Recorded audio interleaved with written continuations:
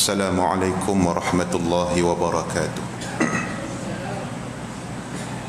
Kita mulakan kuliah dengan umul kitab Al-Fatihah. A'udzubillahi minasyaitonirrajim. Bismillahirrahmanirrahim. Alhamdulillahi rabbil alamin.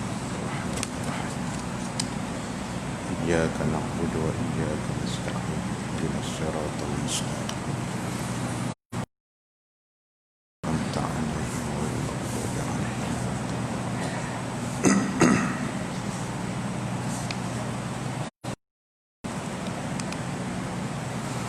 Alhamdulillah,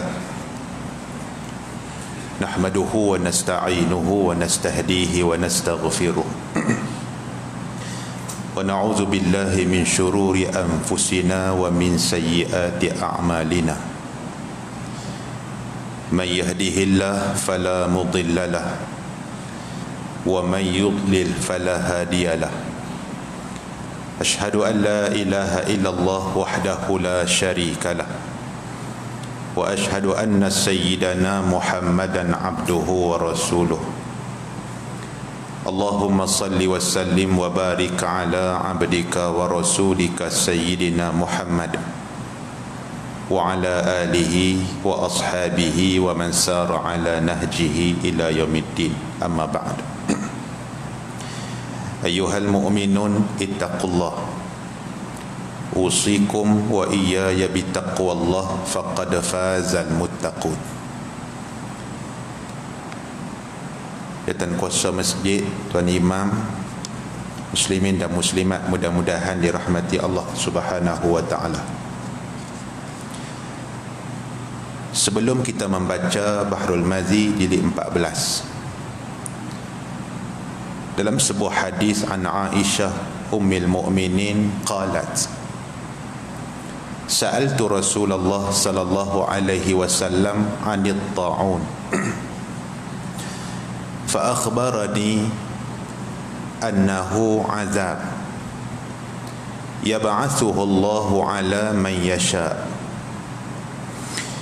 wa anna Allah ta'ala ja'alahu rahmatan lil mu'minin. Laisa min ahadin yaqa'u at-ta'un fayamkusu fi baladihi sabiran muhtasiban ya'lam annahu la yusibuh illa ma kataballahu lahu illa kana lahu mislu ajri syahidin, atau kama qala, hadis sahih riwayat Al-Bukhari. Satu hari Aisyah, isteri Nabi sallallahu alaihi wasallam, ummul mukminin, tanya kepada Nabi, kata dia, sa'altu Rasulullah sallallahu alaihi wasallam 'anit ta'un. Aku tanya dekat Nabi sallallahu alaihi wasallam tentang sejenis penyakit yang dipanggil ta'un. Satu wabak yang kalau kena boleh membawa kepada mati. Ta'un ini penyakit yang kalau kena, isi orang yang kena penyakit ta'un ni dia jadi serupa hancur macam tu. Isi dia ni di badan ni jadi serupa medak, serupa hancur lagu tu. Isi tu, sendi-sendi ni semua keluar air, keluar darah, keluar nanah. Ta'un ni dahsyatnya yang kata penyakit ta'un yang menjadi wabak yang berbahaya ini. Aisyah kata, aku tanya kepada Nabi sallallahu alaihi wasallam, betul-betul ta'un ni apa? Macam tu. Kata Nabi sallallahu alaihi wasallam, Aisyah kata, fa akhbarani, maka Nabi sallallahu alaihi wasallam mengkhabarkan kepada aku, Nabi cerita dekat aku, annahu, yang kata ta'un ini, azabun, satu azab, satu ujian besar yang Allah Subhanahu wa taala bawa mai kepada manusia. Siapa kena penyakit ni, masyarakat yang kena penyakit ni, annahu azabun yab'atsuhu Allahu 'ala man yasha. Tidak ada pilihan. Azab itu, ujian itu, kalau dia mai, Allah Taala hantar mai 'ala man yasha, kepada orang yang dia pilih. Tuhan mau siapa, Tuhan hantar. Kata Aisyah, wa anna Allah ja'alahu rahmatan lil mu'minin. Nabi kata dekat aku, Nabi kata taun ini dia bukan sekadar azab yang Tuhan hantar mai kepada orang yang dia mau, wa anna Allah, bahawasanya Allah Subhanahu wa taala ja'alahu rahmatan lil mu'minin. Di sebalik itu Allah jadikan penyakit taun ni satu rahmat kepada orang beriman. Yang kata ujian besar macam ni dia pergi jadi satu rahmatan lil mu'minin. Nabi nak explain lagi. Kau tak faham yang kata rahmat ni apa? Nabi kata laisa min ahadin yaqa'ut ta'un. Tidak ada satu orang yang diuji dengan penyakit ni, yang terkena penyakit ni, fayamkuthu fi baladih. Dia tak keluar daripada negeri hak dia kena tu. Dia duduk di tempat dia kena, dia duduk di qaryah mana dia kena, dia duduk di negeri mana dia kena. Pasal apa? Pasal Nabi bagi tahu dalam hadis yang lain, siapa kena penyakit yang macam ni, dia jangan keluar daripada tempat tu. Orang luar jangan masuk mai. Lebih kurang tuan-tuan, nak bahasa mudah, PKP, pergerakan dikawal. Sunnah tu tuan-tuan. Hak kena ni tak boleh keluar, hak luar tak boleh masuk mai. Dalam hadis yang lain Nabi kata apa? Nabi kata yang sihat jangan campur dengan yang sakit. Sampai macam tu Islam buat main satu formula untuk menghadapi wabak yang jenis menular ni, yang jenis viral, yang tak boleh sekat ni. Antaranya taun, penyakit ni. Maka Nabi kata dia jadi satu azab dan dia juga satu rahmat kepada orang beriman. Laisa min ahadin yaqa'ut ta'un. Tidak ada satu orang yang terkena musibah penyakit taun ini fayamkusu fi baladihi sabiran. Dia boleh duduk dalam tempat dia kena, dalam negeri hak dia kena tu sabiran, dengan penuh kesabaran, muhtasiban, duk muhasabah. Dan entah kita baca sejarah sahabat-sahabat yang ada kena penyakit taun. Hadis ni dan juga hadis yang lain sebut, Nabi kata orang yang mati kerana penyakit taun ini, dia sabar dan dia penuh dengan muhtasiban ini, Allah nak bagi pahala syahid. Allah nak bagi pahala syahid. Bila Nabi kata macam tu, jadi perdebatan di kalangan para sahabat. Pasal apa? Pasal mata kasar nampak mati sakit taun ni mati atas katil, mati sakit. Maka dia duk semak, pahala syahid. Syahid bila lagu mana? Bukan pergi duk bukan duk pergi perang ke apa semua ke, duk tumpah darah apa semua. Bila sampai kepada Nabi SAW, Nabi kata apa?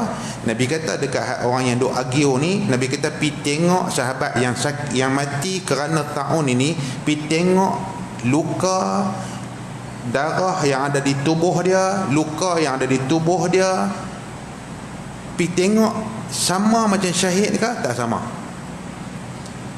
Mati dia tu similar tak? Sama tak dengan orang yang mati syahid, yang kena tetak dengan pisau, yang keluar darah meracik-racik ni? Sama tak? Ataupun dia ni sama dengan orang yang mati terlantak sakit atas katil? Hampa pi banding, sama ke tak sama? Bila pergi tengok, oh mati sakit taun ni tuan-tuan, orang sakit taun ni tuan-tuan, dia keluar darah ni serupa orang kena siap-siap. Dalam hadis Nabi kata apa? Dia macam kelenjar unta. Dia naik kelenjar, dia bengkak, dia pecah. Isi ni jadi apa? Ikan orang kata medak ke apa ke, isi ayam, jenis jadi perui lagu tu. Punya takutnya dengan penyakit ni sehingga apa? Sehingga kalau orang kena sakit tu dan duduk dalam negeri tu, dia berasa nak lari keluar pada situ. Pasal apa? Pasal menggerunkan sakit taun ni. Tiba-tiba Nabi kata kawan ni boleh duduk dan dia boleh sabar dan dia pulih lagi dengan duk muhasabah diri ini, ya'lam, dan dia tahu annahu la yusibuhu illa ma kataballahu lah. Hak kena kepada dia ni tidak lain dan tidak bukan melainkan yang Tuhan telah suratkan, Tuhan telah tetapkan macam tu. Kalau macam tu dia punya hati dia, macam tu dia punya kesabaran dia, macam tu dia punya tawakal dia pada Allah, macam tu dia punya serah diri dia pada Allah, Nabi kata illa kana lahu mithlu ajri syahidin. tak ada lain melainkan Tuhan nak bagi dekat dia pahala seperti pahala satu orang mati syahid. Hadis sahih riwayat Al-Bukhari. Muslimin dan muslimat yang dirahmati Allah, saja kita bawa hadis ini, walaupun COVID-19 ini dia bukanlah ta'un, tapi Islam dia bawa mai banyak rencah, banyak kaedah untuk kita menghadapi wabak penyakit yang bahaya. Nombor satu daripada hadis yang kita baca ini, nombor satu sekali, orang Islam bila diuji dengan penyakit yang dia tak boleh kawal. Ni tuan-tuan, dia main dengan kluster Siva Gangga, berselerak satu kedah sampai Padang Serai pun habis berselerak. Oh, dia pakai tadi kulim pula dah main dah, kulim pula pergi makan kenduri kau di mana kita hadut Padang Serai ni kulim juga lah. Oi, dia kata 6 sekeluarga ke 7 sekeluarga lah depa ni semua, depa diangkat dah pergi dah hospital apa semua depa ni. Oh, tuan-tuan, jenis wabak tak boleh nak cover, tak boleh nak kawal ni tuan-tuan, orang beriman nombor satu. Hadis ajak kita apa? Nombor satu, annallaha yab'atsuhu ala man yasha. Nombor satu, Tuhan kalau dia kata ma kataballahu lahu, kita tak minta. Tuhan kalau dia mau siapa dia bagi. Itu orang beriman. Yang kedua, orang beriman sama ada dia kena ujian, seumpama macam kita baca hadis ta'un ini, dia kena ujian atau dia tak kena ujian, dia kena faham yang kata di sebalik penyakit-penyakit yang boleh membawa mati ni, annallaha ja'alahu rahmatan lil mu'minin. Ulama kata nak bagi tahu kata penyakit ini dia satu ujian, satu azab. Yang kedua, dia menjadi rahmat kepada orang beriman. Tak rahmat lagu mana tuan-tuan? Ni COVID-19 ni berapa ramai frontliner hari-hari duk buat pahala. Hari-hari duk boleh pahala ni tuan-tuan, tak tahulah. Pahala menyelamatkan nyawa dan menjaga keselamatan ni tinggi pahala. Tinggi mana ni Ustaz? Dalam hadis Nabi kata apa? Ala unabbiukum. Nabi sebut dalam hadis riwayat Al-Hakim. Hadis ini mengikut syarat Al-Bukhari, dia sahih. Nabi kata ala unabbiukum, mau dak hampa aku bagi tahu dekat hampa, bilailatin, satu malam, afdal min lailatul qadri, dia lebih afdal daripada Lailatul Qadar. Lailatul Qadar itu special, istimewa. Tapi Nabi nak bagi tahu ada satu amalan yang kalau buat dia special dia. Nabi sebut harisun harasa fi ardin khauf. Satu orang pengawal, satu orang penjaga, satu orang hak duk jaga keselamatan, dia boleh jaga di bumi, di tempat khauf yang menakutkan. Dia pergi jadi zon merah ni tuan-tuan, menakutkan. Duk tak duk kena posting pula dah terang tu. Aku balai Padang Serai pasal apa nak kena pergi duk bertugas dia macam tu. Pasal apa nak kena pergi Kubang Pasu pula dah.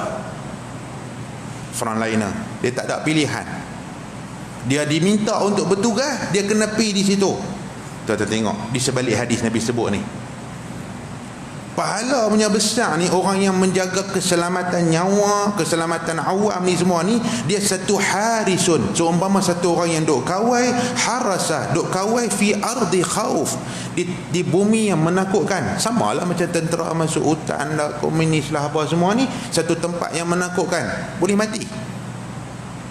Dalam duk sihat-sihat, kita ni doktor, kita pergi duk bagi khidmat ni, tiba-tiba kita positif, wala'ayazubillah, fi ardi khauf. Aku duduk di sini, tiba-tiba aku kena pergi bertugas di tempat merah. Nama dia ardi khauf, nama dia satu bumi yang menakutkan. Entah. La'allahu alla yarji'a ila ahli. Boleh jadi dia pergi tu, dia pergi ke tempat yang menakutkan ni, dia tak balik dah jumpa ahli keluarga dia. Boleh jadi. Tuan-tuan muslimin dan muslimat dirahmati Allah. Daripada hadis yang kita baca ni, dia jadi satu rahmat kepada orang beriman. Sama ada rahmat tu dapat kepada orang yang kena penyakit, atau rahmat tu kepada orang yang duk jaga keselamatan, atau rahmat tu pergi jadi pahala kepada orang yang duk jaga nyawa orang. Kalau tidak, Nabi tak sebut dalam hadis betapa Allah berterima kasih kepada satu orang laki-laki dalam hadis sahih yang dia minum air daripada telaga, lepas tu dia naik, dia tengok satu anjing yalhas, duk terjelir lidah ni, yaqulu sara minal atash, duk jilat tanah kerana terlalu dahaga. Dia tengok anjing. Dalam hadis kata apa? Dia kata dalam kepala dia, dalam hati dia kata, laqad balagha hadha mithlu alladhi balagha bih. Dia kata dia ni dahaga macam aku tadi. Dengan kasut dia tu, Nabi kata famala khuffah, dia turun balik ke dalam telaga dia minum air tadi, dia cedok dengan kasut dia, dengan khuf dia, dengan kasut dia, summa amsakahu bifi, kemudian dia nak panjat naik daripada telaga ni, dia gigit dengan gigi dia, dengan mulut dia. Amsakah, dia gigit kasut yang dia isi air tu dengan gigi dia, pasal dia nak panjat. Ish, tuan-tuan, Nabi sebut dalam hadis benda ni, summa raqiya, kemudian dia serve bagi minum kepada anjing ni, fasaqal kal, anjing itu minum sampai habis, hilang dahaga. Nabi sebut apa? Fasyakarallahu lahu, Allah sangat berterima kasih kepada dia. So kalau ada frontliner di sini, tuan-tuan beruntung Tuhan pilih. Dalam juta rakyat Malaysia ada, kita dipilih. Fasyakarallahu lahu. Kalau anjing pun Tuhan terima kasih. Siapa pun tak nampak hang buat kerja kebajikan ni, hang turun cedok air, gigit dengan gigi, dengan mulut, naik ke atas, serve balik bagi dia minum. Fasyakarallahu lahu, Allah terima kasih dekat dia. Faghafaralah, Allah ampun dosa dia. Kerana tu je. Bila Nabi kata lagu tu, sahabat tanya Nabi, ya Rasulullah, wa inna lana fil bahaimi ajra, kita ni duk bela binatang, bela lembu, bela kambing, bela unta ni, kita ni buat baik dekat benda-benda macam bahaim ni, binatang melata ni, ada pahala ke? Nabi kata apa? Fi kulli kabidin ratbatin ajrun, tiap-tiap yang ada hati, perasaan, dapat pahala. Hang buat baik dekat benda ni semua. Apatah lagi ulama-ulama kata, pi buat baik dekat manusia dan memelihara nyawa manusia. Memelihara nyawa anjing macam tu punya Tuhan terima kasih. Tentu boleh bayang orang duk bergadai nyawa, duk jaga nyawa orang, jadi rahmat kepada orang beriman. Yang kedua, yang ketiga, muslimin dan muslimat yang dirahmati Allah, di sebalik ni ujian apa semua ni, kena ingat satu benda. Islam nak suruh kita pegang dua benda ni. Satu, jadi orang yang sabar, sabiran, kena sabar. Satu, kena sabar. Yang kedua, kena muhasabah. Duk tak duk, dia gempang kita sikit, terkejut balik, tiba-tiba naik. Lepas tu maintain. Kena sabar, kena muhasabah, jangan ralik dan jangan lupa dia. Dan taat kepada ulil amri pada benda yang ma'ruf dan tidak menyanggahi sunnah, wajib taat. Nah, muslimin dan muslimat yang dirahmati Allah Subhanahu wa taala, cukup 3 pengajaran tu di sebalik apa yang dok jadi pada hari ini. Baik, kita menggunakan Bahrul Mazi jilid 14. Boleh laju sampai tak ada telan elok noh. Pasal kita nak ikut SOP. Okey, jilid 14, tuan-tuan, kita tak habis lagi tajuk cerita tentang Habbatus Sauda sikit lagi. Masalah 110 muka surat 58. Qala al-musannif rahimahullahu taala nafa'na bi'ulumi fid darani amin. Baik, tuan-tuan tengok masalah muka surat 58. Bagi yang ada kitab, jintan hitam boleh jadi ubat sakit gigi. Yang kata Habbatus Sauda ni boleh jadi ubat sakit gigi. Kata Quzuaini di dalam Ajaibil Makhluqat, nama imam ni atau nama ulama ni Zakaria bin Muhammad bin Mahmud, atau digelar dengan Al-Qazwini. Dalam satu kitab dia, Ajaib Al-Makhluqat wa Gharaibul Mawjudat, ada kitab situ, keajaiban makhluk dan juga benda-benda yang gharib, yang pelik-pelik jadi atas muka bumi ni. Dia kata masak jintan hitam itu dengan air di atas api, yang ni rebuih Habbatus Sauda ni. Kemudian ambil airnya, kumur-kumurkan, rebuih dia kata. Kemudian ambil air yang ada sejuk tu, ambil kumur dia kata. Nescaya hilang sakit gigi. Allah tuan-tuan, bukan kata cerita ni ilmu orang tua kadang duk abang kat kita ni tuan-tuan. Ilmu apa? Ilmu jenis ilmu kehidupan. Dia mai daripada khibrah, pengalaman dia. Dia kata, oh luka macam ni, apa ambil daun ni apa semua, pergi buh. Oh baik. Hang sakit macam ni, ambil bawang putih dengan apa ke apa semua, dengan madu lebah, hang letak, hilang semua apa semua. Kita pun pergi buat nak jadi asbab, nak jadi Tuhan tu berkenan dengan usaha tu, lega yang kata selsema tu. Ada orang pulun dengan daun pudina lah apa semua, tak mau kena. Ada orang jadi. Yang ni tuan-tuan, dalam kitab satu kitab dia tulis ajaibul makhluqat, benda-benda ajaib makhluk Allah ni, pokok, tumbuh-tumbuhan, apa semua, binatang lah apa semua ni, ada keajaiban dia. Cuma kita tak tahu semua. Ada orang tahu, dia tolong cerita kat kita. Kita pun antara percaya dengan tak percaya, tak apalah, kita pun buat jadi berkesan dekat kita, jadi mujarab dekat kita. Baik, alhamdulillah. Antaranya hak ni lah, dia kata pi rebui habatus sauda ni dah sejuk, kumuk dia kata, lepas tu luar hilang, dia kata sakit gigi tu. Istimewa pula dia kata, jikalaulah direbui dengan kayu sanubar. Sanubar ni satu jenis kayu, dia kata. Dia kata bertambah mujarab lagi. Baik. Masalah, jintan hitam boleh mematikan habis-habis akan kutu anjing atau parapis. Dalam rumah dia mai ada kutu anjing ni, iaitu direbui akan dia. Kemudian ambil air dia, percikkan rata-rata dalam rumah tu, nescaya habis mati semua ni. Dan jika diukup dengan dia, akan rumah itu dia perasak ukupan ni, kemenyan ni, dengan benda yang bernama gulkhan atau kulkhan. Ni tak tunjuk contoh, tuan-tuan tengok dalam Google lah. Tuan-tuan tik GULKHAND. Apa dia gulkhan ni, apa ni? Dia pi perasak yang kata jintan hitam habatus sauda ni dengan jenis nama kulkhan ini, dia kata nescaya tidak masuk ke pintu yang di rumah itu. Dia kata tak masuk. Ini dalam ajaibul makhluqat. Tak malah tuan-tuan, ada orang petua macam ni apa semua ni. Ni pun jenis ajaibul makhluqat juga. Begitu. Baik, sangatlah banyak faedah yang kata jintan hitam itu dalam ubat-ubatan. Bolehlah dapat dilihat dalam kitab-kitab tib, kitab perubatan, dan di sini menuntut ringkas sahaja. Kitab kita baca ni kitab hadis, bukan kitab perubatan. Tu Syekh nak beritahu, aku buat main ringkas-ringkas saja. Nak beritahu kata ada khasiat dia, ada fadilat dia. Muslimin dan muslimat.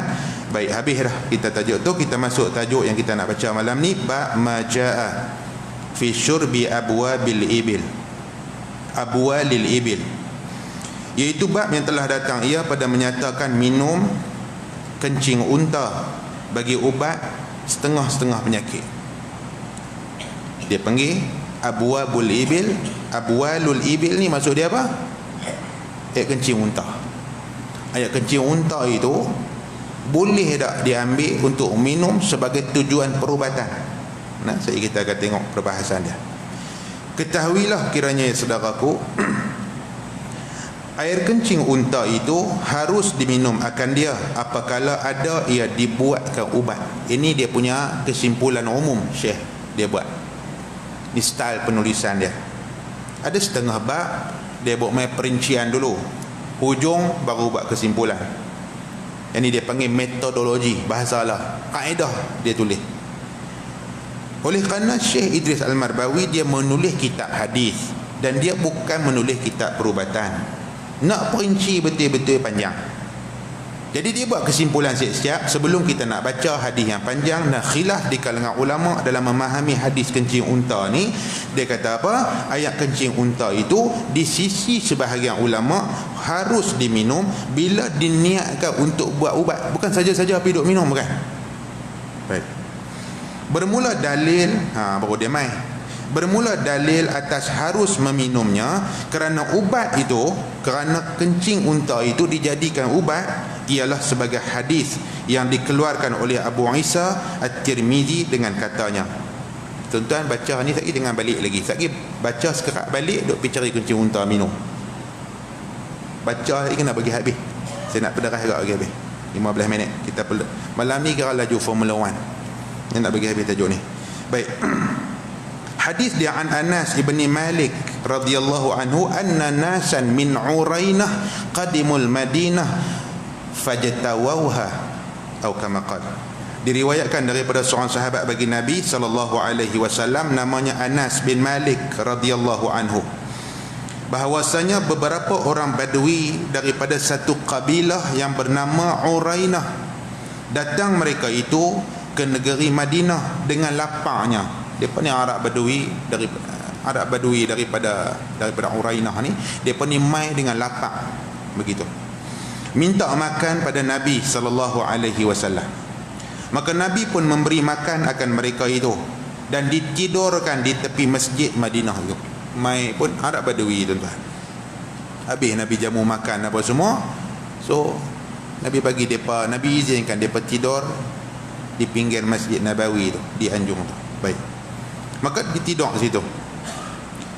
Maka sudahlah kena udara negeri Madinah itu, yang udara huduhnya, udara hak tak elok ni menjadikan mereka itu sakit.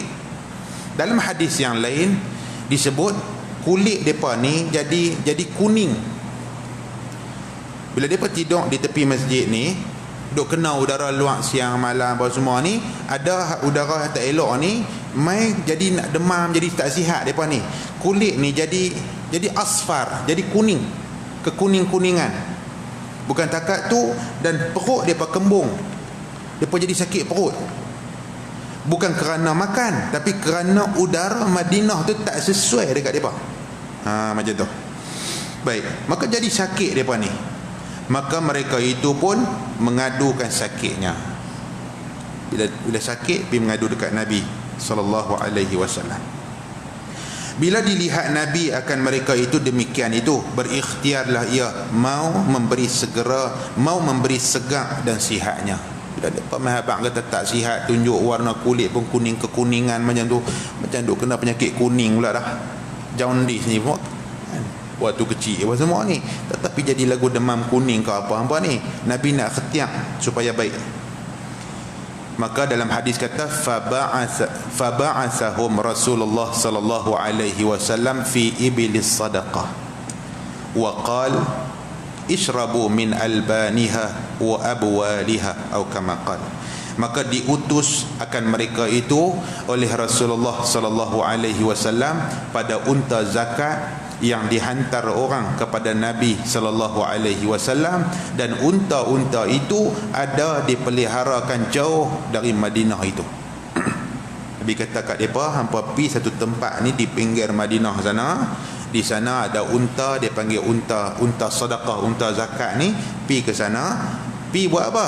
Dan sabda Nabi kepada mereka itu, apabila kamu sampai di sana, duduklah di sana mengambil kesihatan. Pi buat rawatan di sana. Pi duduk di sana, ada unta sedekah, unta zakat sana, pi buat rawatan di sana. Nabi kata apa? Ishrabu min albaniha wa abwaliha. Minum oleh sekalian kamu akan susu unta itu, dan minum air kencingnya supaya sembuh penyakit sekalian. Baik. Hadis ini menjadi dalil kepada pandangan yang menyebut kata air kencing unta boleh minum, harus untuk tujuan perubatan. Pandangan siapa? Antaranya Imam Malik, Imam Ahmad, dan sebahagian di kalangan ulama Syafi'i ada sebut, seumpama Ibnul Munzir dan seumpamanya. Baik, itu hadis. Imam Syafi'i dan jumhur ulama, termasuklah Imam Abu Hanifah, tetap dengan pandangan kata apa? Air kencing binatang, sama ada binatang tu boleh makan ke apa semua ni, air kencing itu najis dan tidak boleh dibuat ubat. Jadi khilaf. Tak, terus kali panjang-panjang pasal dia ada hadis. Bila orang tanya untuk hari ni macam mana, kita buat kesimpulan. Kita nak kena tally dengan KKM, dengan WHO, kesihatan sedunia apa semua ni, dengan hari ni dengan MERS-CoV dia mai, penyakit yang bawaan unta ni, jadi tak disyorkan untuk hari ni. Fatwa pun saya ingat keluar berkaitan tentang jemaah haji, tak digalak, bahkan orang tak bagi, tak usah. Pasal apa? Pasal mudaratnya, terdedah kepada mudarat itu terlalu besar. Nah, ini zaman Nabi SAW. Tak main nama-nama COVID-19, MERS-CoV, SARS. Apa ni penyakit apa ni? Penyakit yang ada hari ni, tuan-tuan, bubuh nama pun SARS. Ingatkah sekolah agama rakyat kah? Bukan. Main penyakit bawaan unta, sakit main bawaan kelawang lah, lagu tu lagu ni. Unggas di hutan. Tuan-tuan, siapa pernah terfikir unggas yang ada di hutan no, dia boleh buat main selesema, kalau kena kita pergi jadi mudarat. Sesema tu di kalangan binatang ni tak apa, tapi main ke kita pergi jadi masalah. Main ni tahun ke belakang ni, hak ni dia panggil apa? Penyakit-penyakit yang tak pernah terfikir dan tak pernah dijumpai oleh umat dulu. Tanda akhir zaman. Baik, balik kepada cerita kita tadi, tuan-tuan. Kalau mengikut kepada fatwa dan pandangan ahli perubatan, dan Imam Nawawi sebut dalam kitab Majmu', nak mengambil ayat kencing unta sebagai ubat pun dia ada syarat dia. Bukan boleh baca hadis pergi. Syarat yang pertama, kawan hak ambil ayat kencing unta sebagai ubat itu mestilah tahu secara pasti selok belok perubatan. Mana dia doktor mesti ada ujian klinikal, mesti ada untuk hari ni. Tahu selok belok perubatan. Yang kedua, kalau dia tak tahu, dia kena boleh minta nasihat kepada satu orang atau dua orang. Sebagai ulama kata cukup satu orang ahli perubatan untuk pastikan dekat dia boleh dah ambil. Kalau tidak, terus ambil.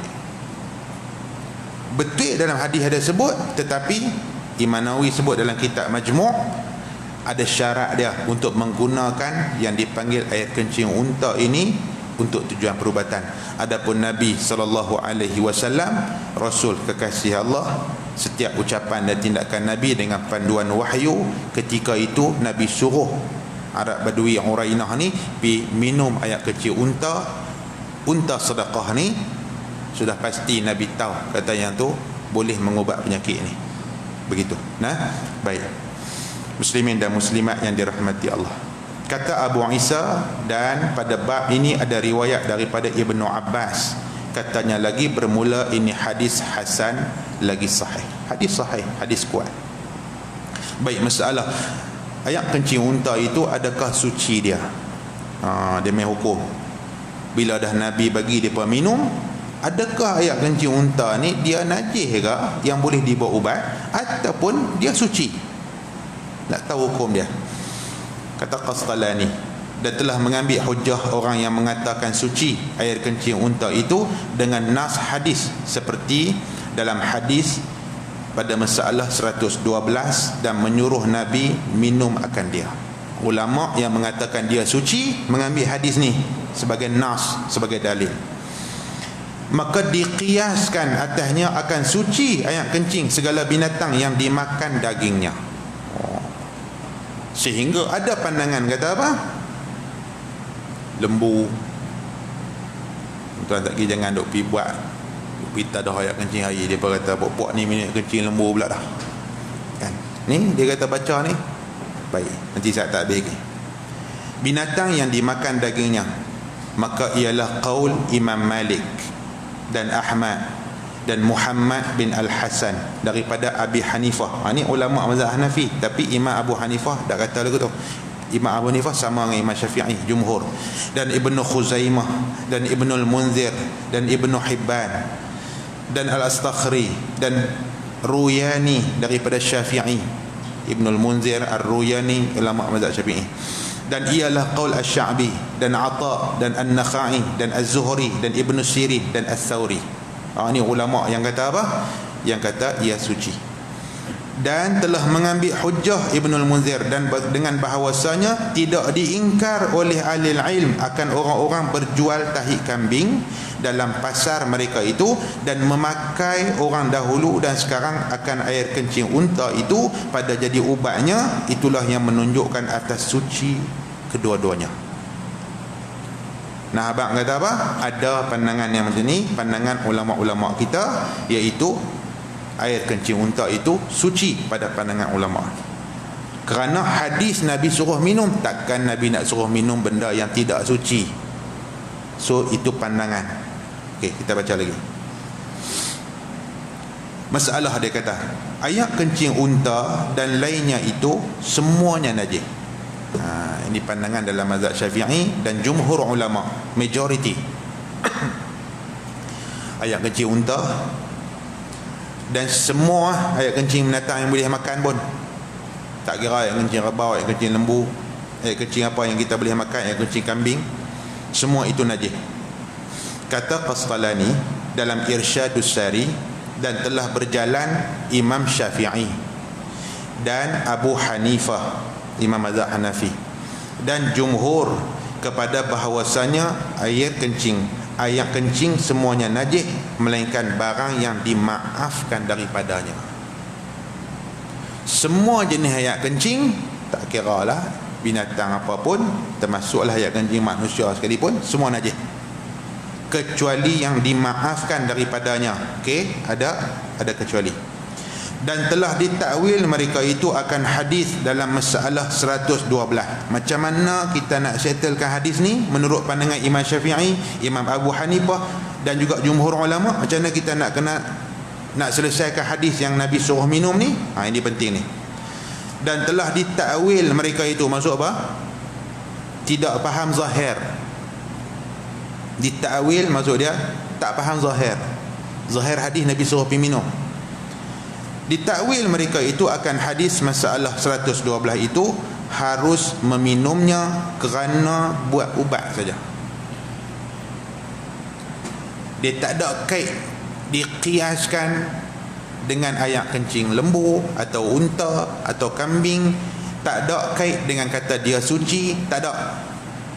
Cukup terima ayat kencing unta, okey, di sisi pandangan mazhab Imam Syafi'i, Abu Hanifah dan jumhur, dia najis. Hadis Nabi kata apa? Ishrabu min albaniha, pi ke hujung Madinah sana, minum susu unta ni, wa abwaliha, dan ambil ayat kencing dia, minum sebagai ubat. Cukup terima hadis tu, kata apa? Ambil ayat kencing unta tu kerana buat ubat, habis. Dekat tu ada orang buat kajian, apa dah ayat kencing unta. Dan sempat saya baca lah tuan, katanya ayat kencing unta ni kalsium dia tinggi. Yang ni ahli makmal kena picing, kalsium dia tinggi apa semua ni lah. Okey, itu kebaikan yang ada pada ayat kencing unta. Dengan hak ada pada hari ni, kita confirm tak ingredient, kandungan yang dua ada dalam ayat kencing unta itu kalsium yang tinggi saja, atau ada benda lain, bawaan lain yang membahayakan kita, seumpama virus-virus moden yang ada hari ni, MERS-CoV apa semua ni, SARS semua ni. Kalau kita tak pasti, inilah yang dimaksudkan oleh Imam Nawawi dalam kitab dia Al-Majmu' Syarhil Muhazzab.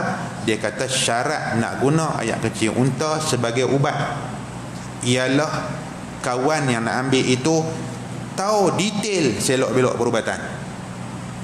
Tak boleh pergi tadah belakang unta bagus punya duk minum, tak boleh. Tahu tentang selok belok perubatan. Yang kedua, kalau dia tak tahu, kena ada ahli perubatan lain yang boleh confirm dekat dia dan nasihatkan dia banyak mana nak ambil, terang mana nak ambil. Okey, itu yang kedua. Yang ketiga, ulama pun sebut kalau ada alternatif lain yang tidak mendedahkan kita kepada bahaya pada hari ini, itulah yang dipilih. Kerana kaedah dalam fiqh Islam dia kata apa? La darar wa la dirar. Kita tak mau cari mudarat, kita tak mau cari penyakit, dan kita tak mau sebarkan mudarat. Begitu. Muslimin dan muslimat dirahmati Allah. Ditakwil harus minum kerana buat ubat. Maka tiada padanya dalil yang menunjukkan atas harus pada lain daripada waktu darurah. Ini kata pandangan jumhur dan mazhab Syafi'i kita. Hadis daripada Anas bin Malik ini, hadis sahih. Ini saja hadis yang kata boleh guna ayat kencing unta tujuan ubat. So takat tu kata pandangan mazhab kita dan Imam Abu Hanifah, tak ada dalil lain pun yang menunjukkan harus pada waktu lain. Tak ada. Nampak tuan-tuan? So pandangan ini pandangan yang lebih ketat. Dan bermula hadis Ummu Sulaim yang diriwayatkan dia di sisi Abi Daud. Innallaha lam yaj'al shifaa ummati fima harrama 'alaiha. Bahwasanya Allah Subhanahu wa taala tiada menjadikan sembuh, yakni penawar kepada umat aku pada barang yang diharamkan atasnya. So bila dibaca hadis ni dengan hadis-hadis yang lain, maka timbullah pandangan yang saya sebut jumhur, Imam Syafi'i, Imam Abu Hanifah, ada pandangan jumhur ulama kata apa? Dalam hadis Ummu Sulaim Nabi sebut Allah tidak menjadikan syifa, penawar pada benda yang Allah haramkan. So najis, air kencing ni semua najis, tidak boleh diambil untuk tujuan perubatan. Yang ada cerita ayat kencing unta hanya hadis Anas bin Malik, hadis umpama kita baca pada malam ni, hadis sahih ni, sekadar ambil buat ubat, habis dekat tu. Nah, dia tidak rengkeh pergi kepada bab-bab lain. Itu pandangan jumhur dan pandangan mazhab Imam Syafi'i. Adapun pandangan Imam Malik, pandangan Imam Ahmad, pandangan Muhammad bin Al-Hasan, Ibnu Khuzaimah dan yang kita baca tadi ni dihormati kerana ulama besar. Tuan-tuan siapa? Tuan-tuan nak argue Imam Malik kah? Muwatta dia pun kita tak baca. Sebab kita nak kata Imam Malik tak faham hadis, tuan-tuan, kita yang tak faham. Jadi kita berpandangan dengan pandangan mazhab Syafi'i dan juga kita mengikut nasihat perubatan duk ada pada hari ini, maka ayat kecil unta tidak dianjurkan untuk diambil minum kalau kita tidak pasti dia punya kebaikan ataupun ada mudarat lain yang ada pada dia. Nah, baik, habis. Dan bermula hadis Ummu Sulaim ada sebut, hadis ini ditanggungkan dia atas waktu ikhtiar. Adapun waktu suntuk maka haram dia seperti bangkai bagi orang yang muttar. Wallahu a'lam. Kemudian nanti kita akan masuk bab ma jaa fi man qatala nafsahu bisummin au ghairi, iaitu bab pada menyatakan orang yang membunuh diri dia dengan racun atau lain dia. Ni dia mai hadis cerita balasan hak Tuhan nak bagi kepada orang yang bunuh diri, sama ada dengan tikam diri sendiri atau bisummin fasummuhu fi yadih, dengan racun dalam neraka Jahannam esok di tangan dia ada racun, dia duk minum. Duk tikam dengan besi, di tangan dia ada besi, yatawajja'u biha fi batnih, dia duk kerja tikamnya dalam neraka Jahannam badan dia ni. Ada orang yang dia terjun bukit, terjun bangunan, terjun apa semua ni, jenis taradda min jabal, terjun pada tempat tinggi daripada bukit, esok dia akan bunuh diri dia macam tu dalam neraka Jahannam. Tiap-tiap kali hidup balik terjun lagi. Dia akan main hadis tu. Nah, kemudian dia akan main tajuk karahiyatut tadawa,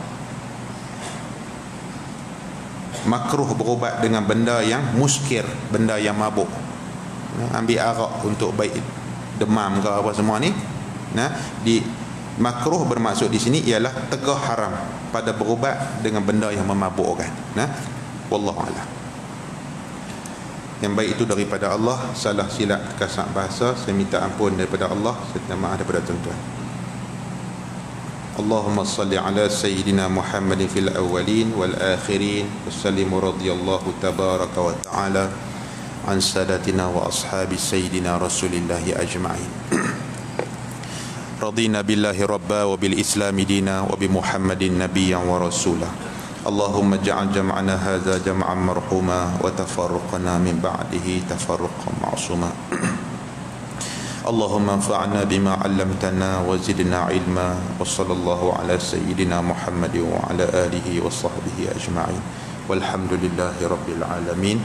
Tangguh dengan tasbih kafarah dan suratul as subhanakallahumma